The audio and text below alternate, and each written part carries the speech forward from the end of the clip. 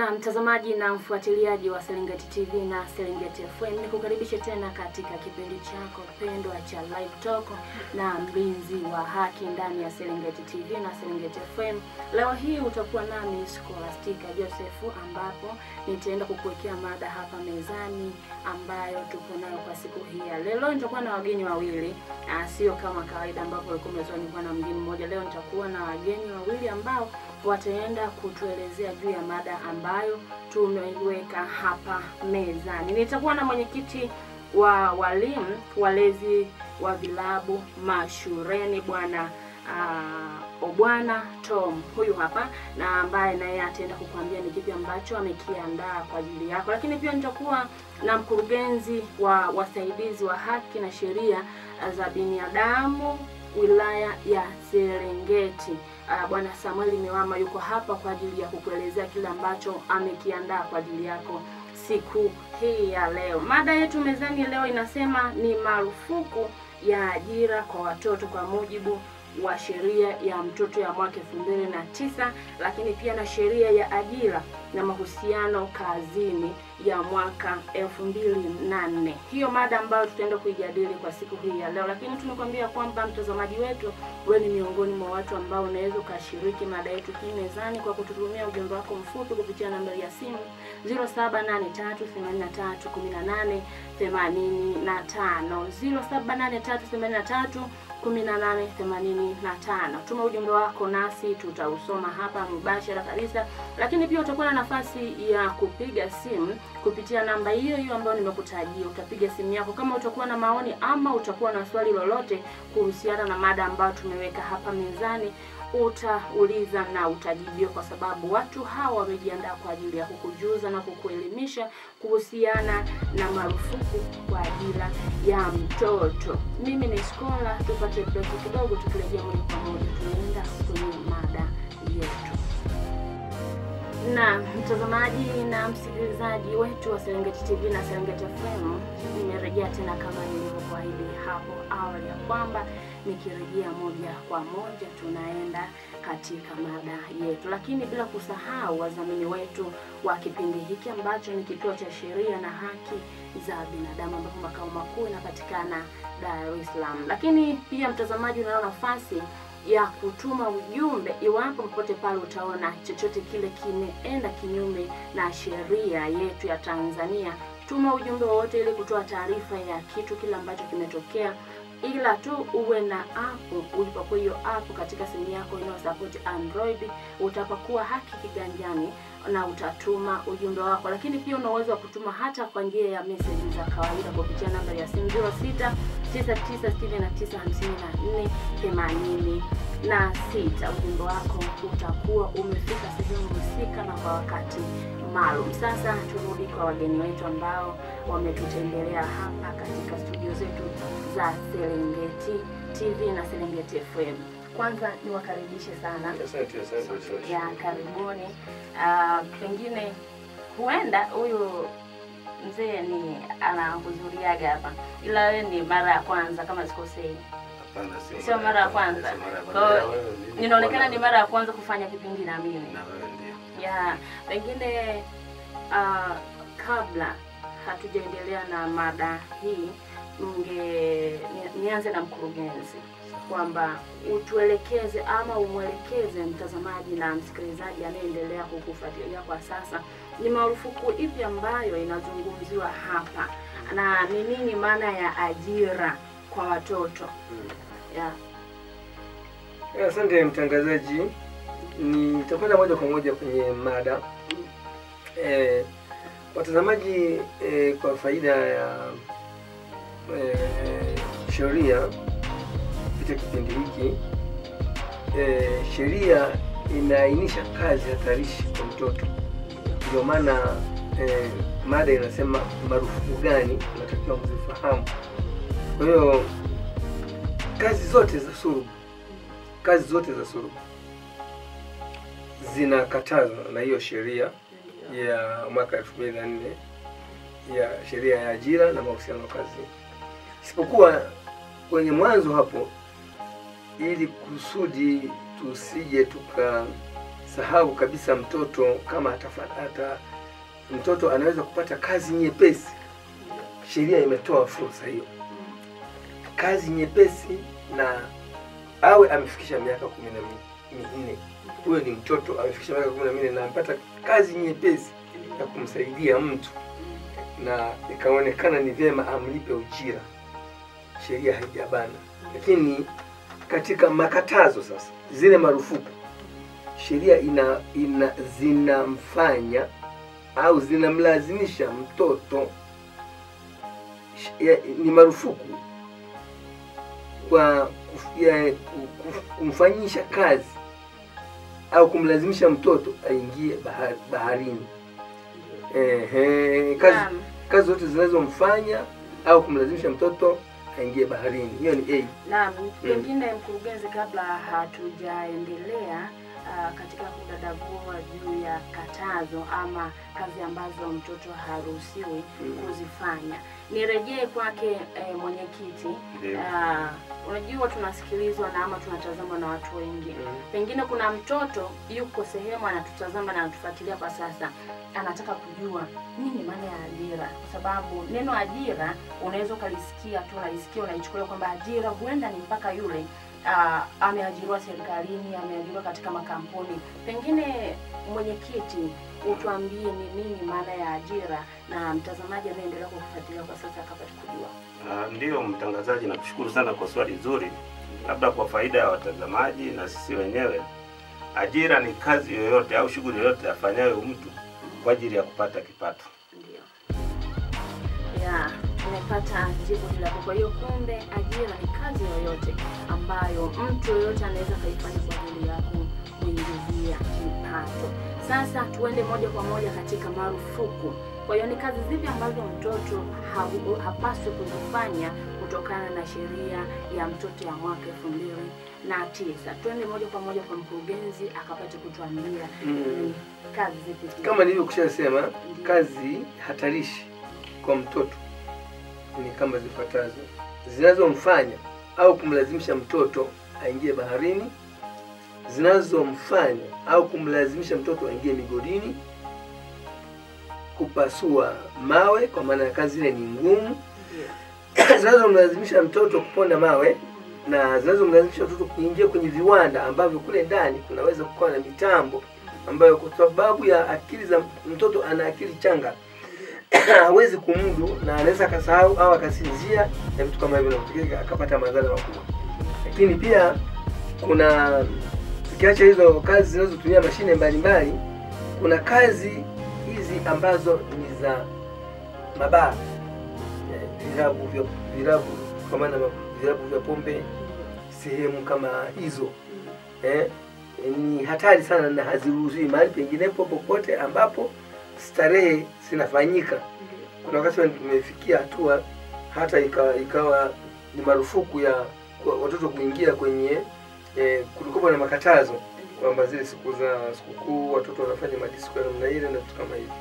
Kwa hiyo tumeshaonekana kwamba vile vitu ni hatari pia kwa watoto.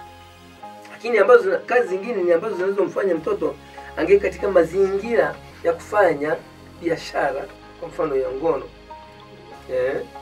Kwa hiyo hizo zote nilizozitaja ni kazi ambazo mtu au mwajiri au mtu yoyote ambaye ni wakala, kwa sababu kuna waajiri na kuna watu wengine wanafanya kazi kama mawakala, wakibainika kwamba wanawatumia watoto kwa faida yao.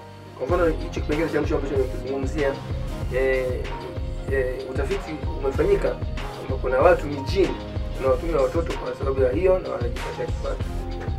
Naam, pengine nirejee kutokana na hizo kazi ambazo nimesema kwamba mtoto haruhusiwi kuzifanya, ikiwemo ni kazi za migodini zinazomfanya ingie baharini na ikiwemo na baa. Tunaona ya kwamba watoto wengi waliopo karibu na migodi wanajishughulisha sana na kazi za migodini, aidha kusomba mawe kutoa sehemu fulani kupeleka sehemu nyingine. Unakuta mtoto mwingine hata ile kuvuta mawe kutoa kwenye duara na yeye anakuwa anashiriki kazi kama zile. Vile vile na hata baharini, ukienda baharini ama ziwa, ukienda sehemu za ziwa unakuta mtoto mdogo anaingia ziwani na kuvua samaki au dagaa. Sasa wale watoto tunawaweka katika kundi lipi? Na ukiangalia pengine ameagizwa na familia kafanye kazi hii, au hajaagizwa na familia, basi tu ni yeye mwenyewe amependa kufanya kile kitu. Hawa nao tunaweka katika kikundi gani, ama ni kipi ambacho kinapaswa kifanyike kwa ajili ya hawa watoto? Ndio mtangazaji, kifupi ni kwamba wale kundi tuseme hawa ni wahanga. Ndio. Tuseme kwa ujumla tu ni wahanga na wako kwenye kundi hatarishi tayari.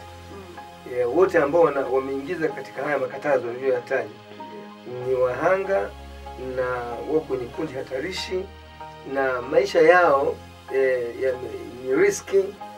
Na kabla sijasema nini kifanyike, sababu kubwa ambayo tunaiona ni umaskini, kipato kidogo.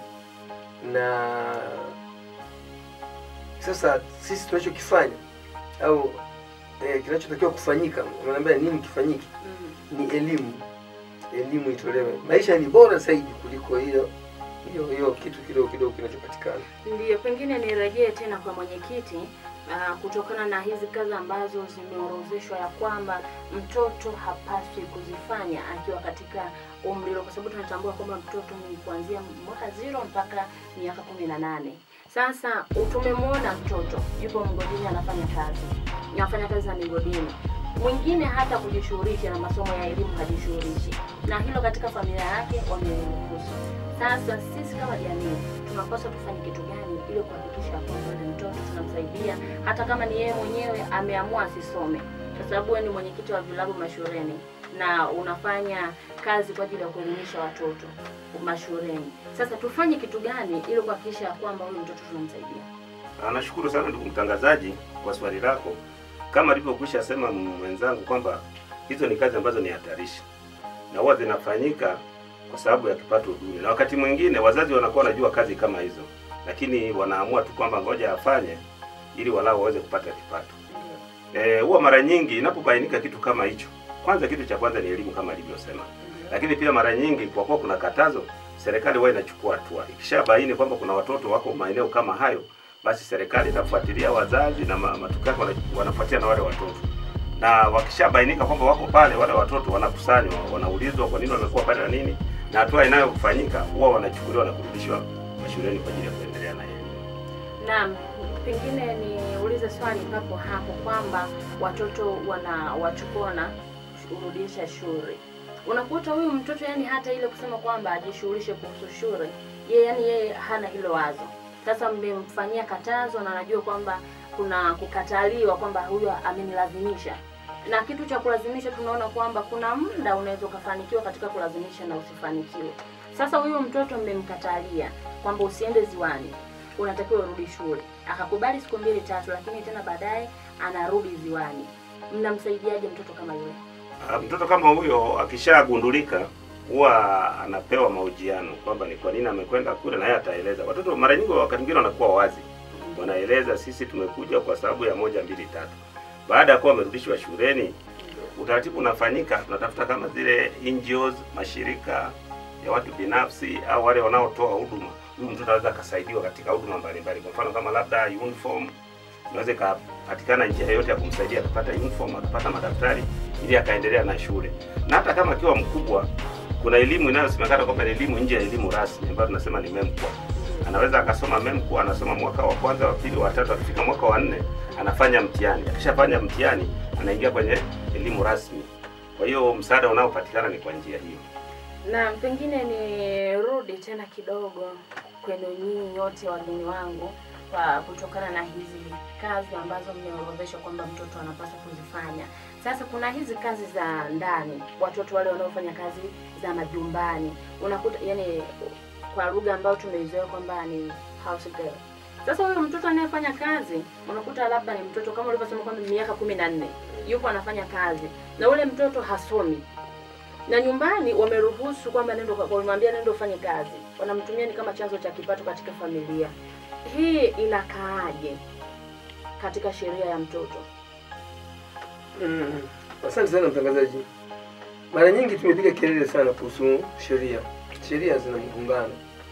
Sheria hizi zina mgongano. Nikisema hiyo sheria ya mwaka ya ajira pamoja na masuala kazini ya mwaka 2004 imesema kabisa mtoto mwenye miaka 14 ana haki ya kufanya kazi nyepesi na kupata malipo stahiki, ili mradi tu ile kazi isizidi masaa 6 kwa siku na iwe inalingana na umri wake na inamlipa mtoto hayo malipo kidogo yanayostahili, au kazi hiyo inamhitaji yule mtoto asizifanye nyakati za usiku, na nimeshasema azifanye kwamba labda kwa masaa 6 tu, na hakikisha kwamba haiathiri kazi, haiathiri afya yake.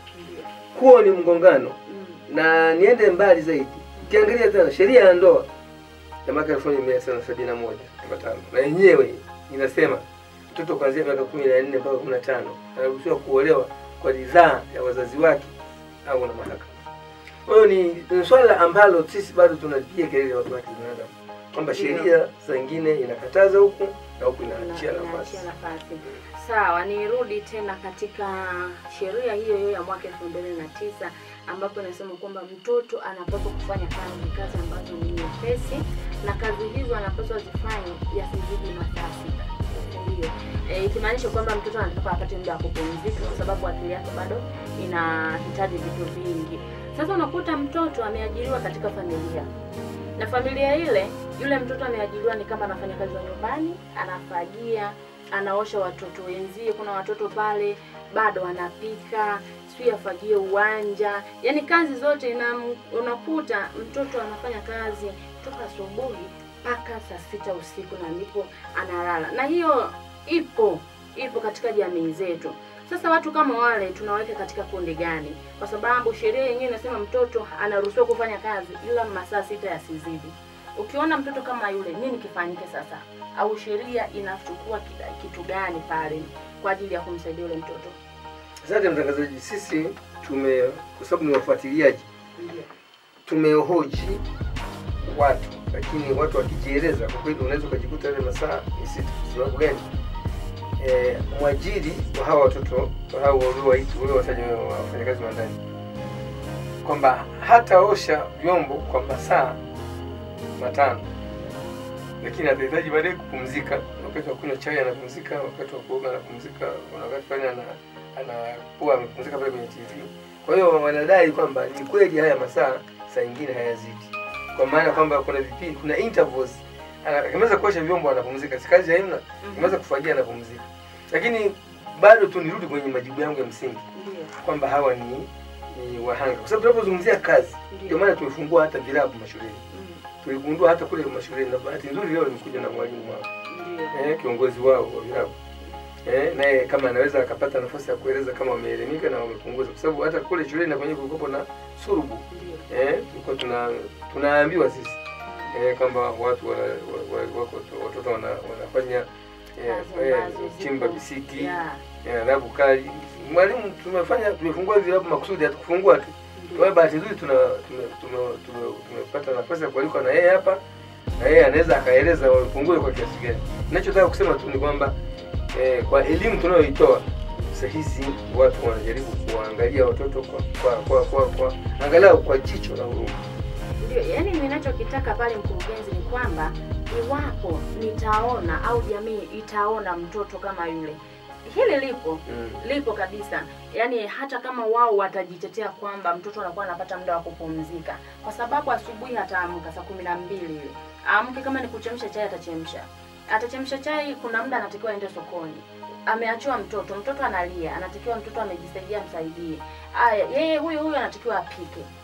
Amekuja mama mwenye nyumba, huyo mtoto tena anatakiwa amtengee maji ya kuoga huyo mama mwenye nyumba, na bado anatakiwa apike, afanye usafi ndani.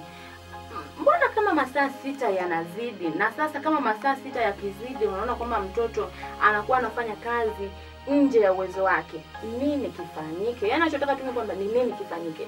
Labda mtangazaji nisaidie hapo kidogo. Ndio. Kwa kusema kwamba kwanza mtoto mwenye miaka 14 ni kosa kisheria kuajiriwa. Ingawa sheria inaelekeza kwamba anaweza kufanya kazi ambazo ni nyepesi. Ndio. Na hata hiko kama itatokea kwamba mtoto mwenye miaka 14 ameajiriwa, basi ajira ile aliyopata isimuathiri katika elimu, Ndio. isimnyime nafasi ya kucheza, Ndio. isimuathiri katika afya. Unaona? Lakini kama itabainika, mara nyingi umekuwa ukisikia kwamba mtoto fulani ameajiriwa, baada ya kugundulika ameajiriwa, basi anachukuliwa anapelekwa sehemu inayostahili. Inawezekana wazazi wameridhia kwamba afanye kazi kwa sababu anafaidika kutoka pale, lakini sheria inabana. Sheria bado inakataa, kwa sababu mtoto ni miaka 18 kurudi, kuanzia miaka chini ya miaka 18, na huyu wa miaka 14 labda atafanya hizo kazi, kwa sababu tunaamini kwamba mtoto wa miaka 14 bado yuko shule, ingawa sasa ni katika hatua ya sekondari. Lakini kama atakuwa amemaliza shule ya msingi na kufaulu, akawa amepata ajira fulani, basi lazima sheria pia inahakikisha kwamba ile kazi anayofanya inampa nafasi. Lakini kama anafanya kazi ya manyanyaso, ndio jamii inatoa taarifa sehemu husika kwamba huyu mtoto anafanya kazi ambazo zinastahili, basi hatua za kisheria zitachukuliwa.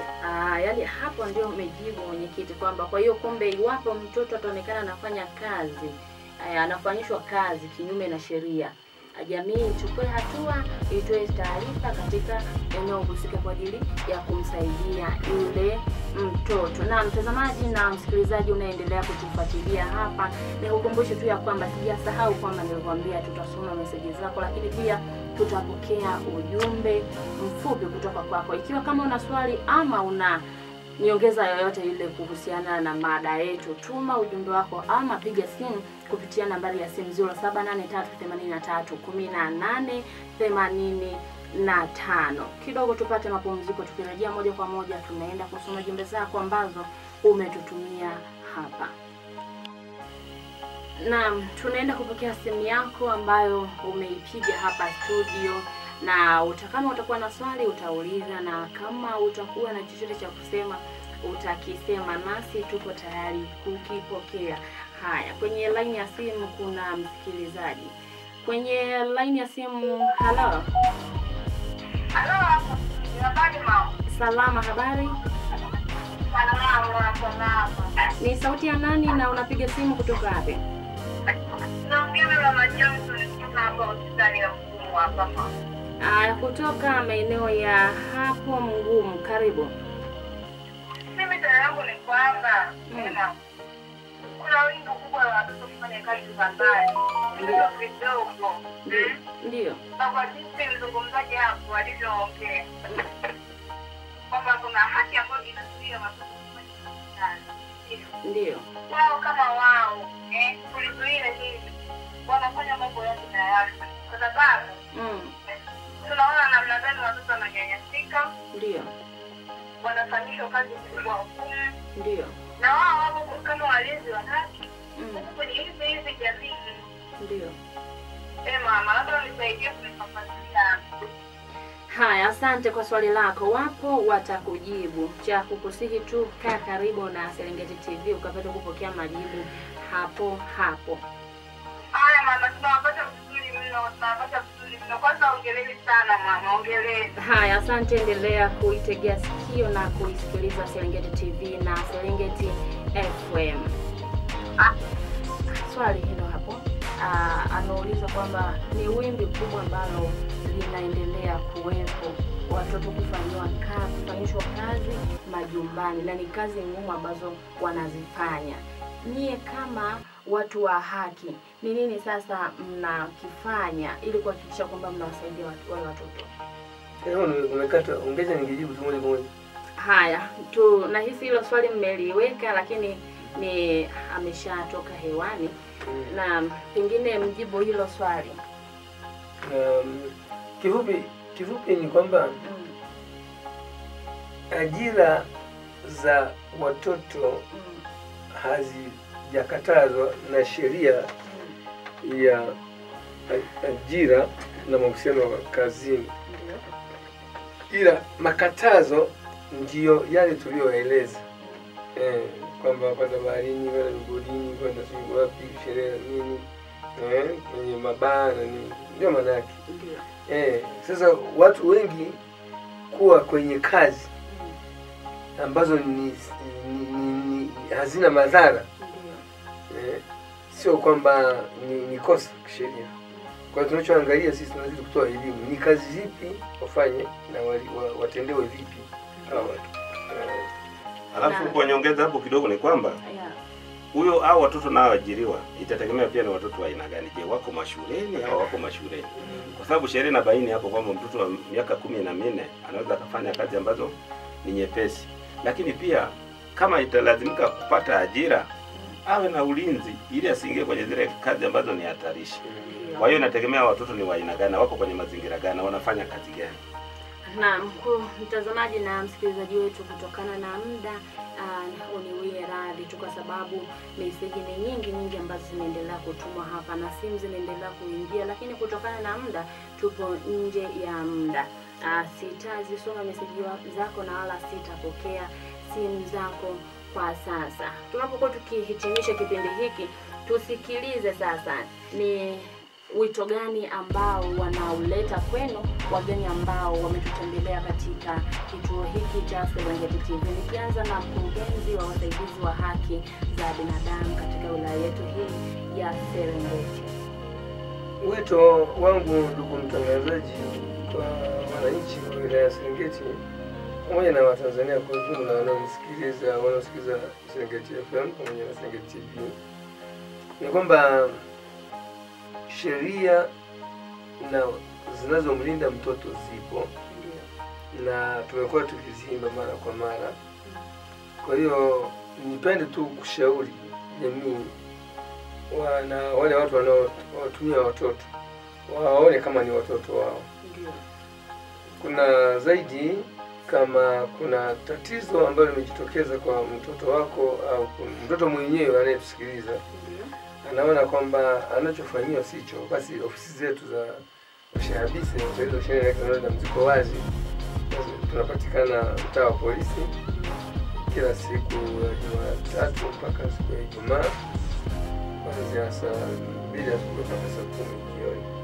Kwa hiyo unaweza kutuona, na pia tunagawa vitini mbalimbali kwa sababu ya elimu. Asante. Naam, pengine nirejee kwa ajili ya kuhitimisha na mwenyekiti wa walimu na walezi wa vilabu mashuleni. Ni nini wito wako sasa kwa watazamaji wanaoendelea kukutazama kwa sasa kutokana na mada ambayo tuko nayo hapa mezani? Asante ndugu mtangazaji. Mimi wito wangu natoa kwa walimu wote wa wilaya ya Serengeti kwamba wajaribu kuwa karibu na wanafunzi, watoto wanaosoma mashuleni, wajaribu kuwasikiliza matatizo walionayo. Lakini pia wao ufuatiliaji kwa wale watoto ambao hawana mahudhurio mazuri, ikiwezekana mpaka kwa wazazi wao, ili waweze kubaini tatizo ni nini. Kwa sababu yawezekana mtoto akawa na utoro, lakini kumbe kule ameajiriwa kazi anafanya bila walimu kujua. Lakini pia na wasii wale walimu, wale walezi wa vilabu wazidi kutoa elimu kwa walimu, wanafunzi wenyewe pamoja na wazazi, ili hii kazi tulionayo ya kuelimisha jamii iweze kufanikiwa vizuri. Asante sana. Haya. Na mtazamaji na mfuatiliaji wetu wa Serengeti TV na Serengeti FM, kufikia hapo hatuna la ziada katika live talk na mtoto wa haki ndani ya Serengeti TV. Ulikuwa nami Scholastica Joseph, lakini nilikuwa na wageni hapa ambapo nilikuwa na mkurugenzi wa wasaidizi wa haki za binadamu katika wilaya yetu hii ya Serengeti, lakini pia bila kusahau nilikuwa na mwenyekiti wa walezi wa walimu mashuleni katika vilabu vya mashule. Lakini tunakwambia kwamba usisahau ku-like, ku-comment na hata kusubscribe katika channel yetu ya Serengeti TV. Instagram utatupata katika Serengeti TV, lakini pia bila kusahau Facebook tunapatikana kwa jina la Serengeti TV. Tukwambie tu ya kwamba tukukaribishe tena katika kipindi kingine kinachofuata ndani ya Serengeti TV. Kwa heri.